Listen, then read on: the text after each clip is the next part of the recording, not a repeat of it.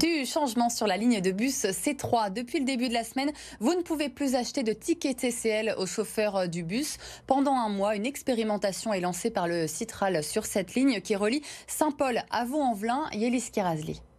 C'est désormais l'un des gestes qu'il faudra faire dans le C3.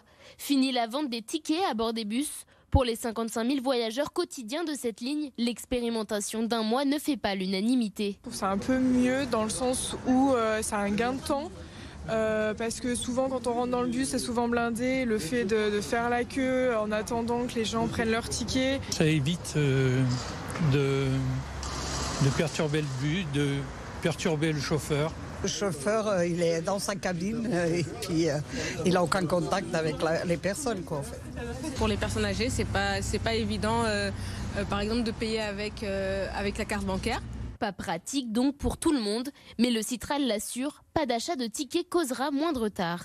Vendre un titre de transport à bord d'un véhicule peut prendre plusieurs dizaines de secondes et quand sur la ligne on a un bus qui doit passer un arrêt à peu près toutes les 5 minutes, ça peut créer une irrégularité de passage, c'est-à-dire qu'un bus va prendre 30 secondes de retard à un arrêt, 30 secondes à un autre et un creux important peut se créer entre le passage de deux bus. Donc l'objectif est de réduire justement ces irrégularités de passage. Un gain de temps mais aussi un gain financier. Le ticket vous coûtera 2 € au lieu de 2,30 € à bord. Pour se le procurer, 3 possibilités s'offrent à vous. Le SMS, l'application e-ticket ou encore la carte bancaire. Et si vous préférez rester plus traditionnel, vous pouvez toujours vous rendre dans un point de vente TCL. Un squatteur saisit la justice pour revenir chez lui. Le procès s'est ouvert ce mardi au tribunal judiciaire de Lyon. L'homme qui occupait un immeuble du 9e arrondissement estime avoir été chassé illégalement. La décision a été mise en délibéré. Les précisions sur place avec Guy Rosy. Un squatteur souhaitant squatter peut-il regagner son squat? C'est cette question qui a été posée ce mardi au tribunal de grande instance de Lyon qui a examiné le recours, non pas de la propriétaire lésée, mais bien de l'occupant sans droit ni titre du bâtiment. Alors pourquoi ce squatteur a-t-il saisi la justice? Eh bien parce qu'en son absence fin janvier, la porte de l'immeuble a été condamnée par la propriétaire et l'accès est désormais gardé 24 heures sur 24. Le squatteur ne peut donc plus rentrer chez lui, enfin ce qu'il estime être chez lui, et c'est justement là le fond de l'affaire pour son avocate. Ce lieu était bien le domicile du squatteur dont il aurait été expulsé illégalement, tandis que du côté de la défense, on prétend n'avoir fait que reprendre possession d'un bâtiment abandonné. Écoutez. Dans le cas d'une occupation illégale, une occupation comme ça, ce qu'on appelle sans droit ni titre, plus exactement, c'est précisément parce qu'on considère que c'est le domicile, c'est le logement des occupants sans droit ni titre qu'il y a une procédure judiciaire à respecter et que le propriétaire saisit le juge des contentieux de la protection pour voir ordonner l'expulsion des habitants. On a œuvré et on a récupéré les lieux qui étaient en effet vides et du coup on a mis une société de sécurité sur place pour justement reprendre notre bien et puis et sécuriser le quartier qui devenait très dangereux. Alors le jugement ne sera rendu que dans 2 semaines. Il sera également question des dommages et intérêts, 5 000 € demandés par le squatteur, enfin par les squatteurs, puisqu'une seconde personne s'est jointe à l'action en justice. Alors peut-on reprendre possession de son bien en l'absence d'un squatteur? Réponse le 13 mars prochain.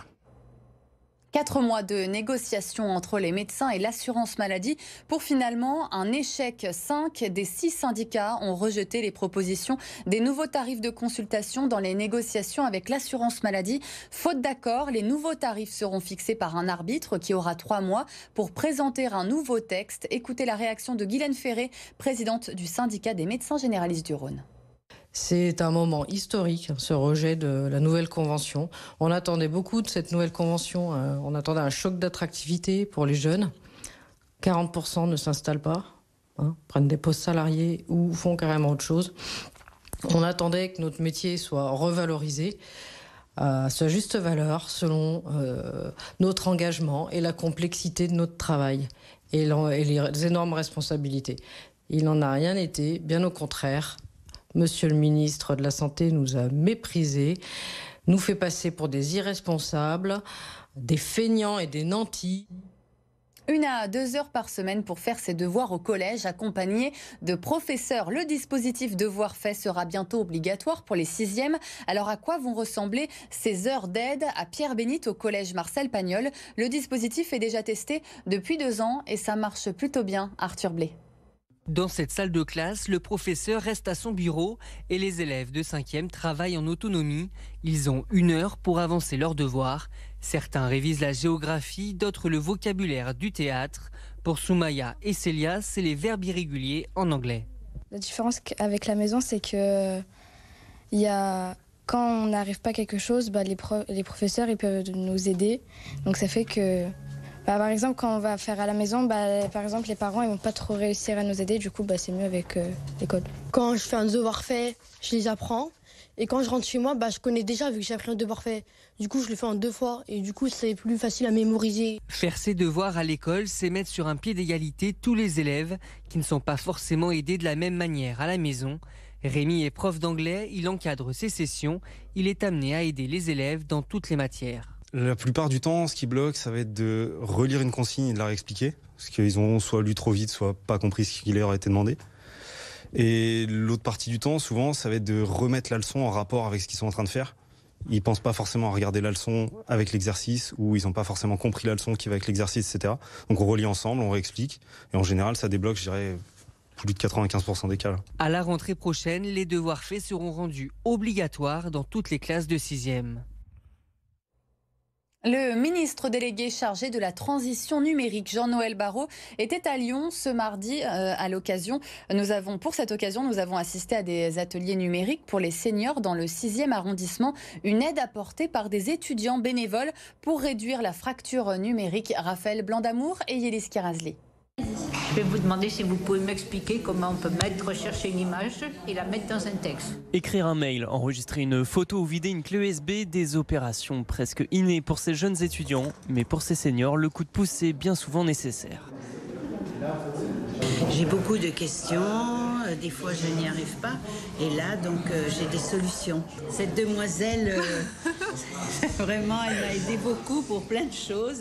Et donc, je me sens très heureuse. L'initiative s'inscrit directement dans le cadre de leurs études. Ils doivent réaliser une vingtaine d'heures de bénévolat pour valider leur licence. Mais certains n'ont pas besoin de se forcer. On fait des belles rencontres en plus, les seniors ils sont super sympas, des fois on garde contact. Moi personnellement j'ai gardé contact avec 2-3 seniors, franchement c'est des amours et tout. Et puis ils viennent franchement pour des trucs pas très compliqués. Organisés par la mairie du 6e arrondissement, ces ateliers sont également une réponse au fossé numérique qui s'est élargi après la pandémie du Covid-19. On a vu une vraie fracture du numérique chez les seniors. Fracture parce que la plupart des démarches étaient dématérialisées, par exemple les rendez-vous sur Doctolib. Les prochaines sessions auront lieu les 23 et 24 mars. Inscription réservée aux seniors du 6e arrondissement. Mais attention, victimes de leur succès, des listes d'attente peuvent se former. Du sursis pour l'ASUL, le club de volley de Lyon a été placé en redressement judiciaire ce mardi. Le club a 1 mois pour prouver à un administrateur qu'il peut se relever et qu'un plan suivi et crédible est établi. Créé en 1945, il est en grosse difficulté financière. L'ASUL affrontera Nancy à domicile ce samedi à 19h.